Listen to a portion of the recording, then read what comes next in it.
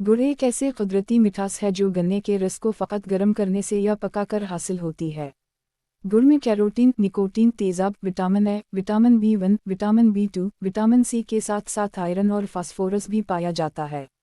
गुड़ का मिजाज गर्म और दूसरे दर्जे में। पुराना गुड़ खुश्क है जबकि नया गुड़ कफ, दमा, खांसी, पीठ के कीड़े वगैरह जैसे मुख्तलिफ अमराज के लिए मुफीद तरीन करार दिया गया है। गुड़ निज़ाम हज़म की इस्लाह करता है, कब्ज़ा दूर करता और गैस की तकलीफ से निजात दिलाता है।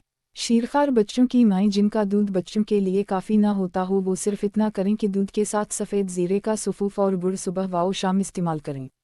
इससे दूध की मिक़दार बढ़ जाएगी। हाफिज़ा तेज़ करने और याददाश्त बढ़ाने में गुड़ के हलवा का इस्तेमाल बेहतरीन साबित हुआ है। लिहाजा वो तलबा जुम्मी सबक याद ना होता हो इन्हें सुबह व शाम गुड़ का हलवा इस्तेमाल करना चाहिए।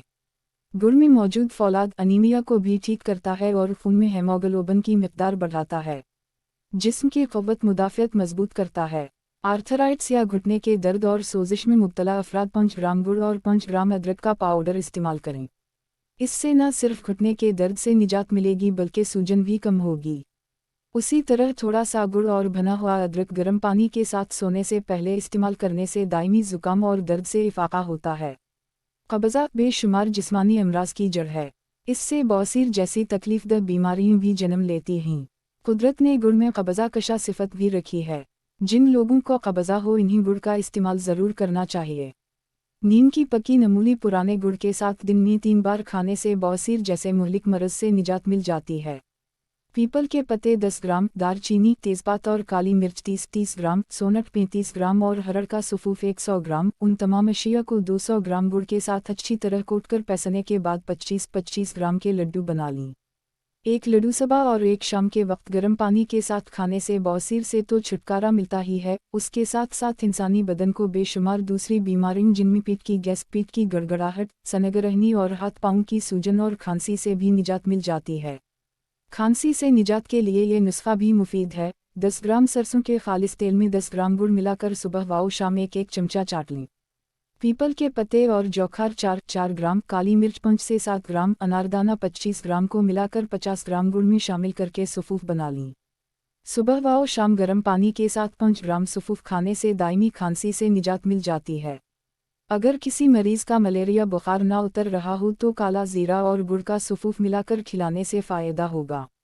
सर्दियों के मौसम में गुड़ और काले तल के लड्डू बनाकर सुबह व शाम खाने से ठंडक के खिलाफ जिस्म में भरपूर क़ुव्वत मुदाफ़ियत पैदा होती है और खांसी, दमा और ब्रोंकाइटिस वगैरह में भी फ़ायदा होता है।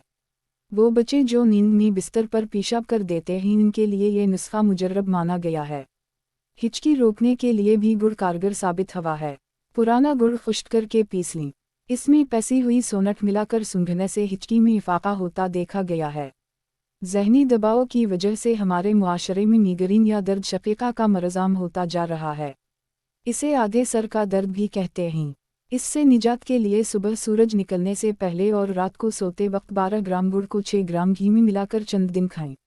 अगर बलगम की शिकायत हो और बलगम भी ज़्यादा बिन रहा हो तो गुड़ के साथ अदरक का रस इस्तेमाल करवाने से बलगम की शिकायत ख़त्म हो जाती है। बुज़ुर्ग व ख़वातीन हज़रात को अक्सर कमर दर्द की शिकायत हो जाती है।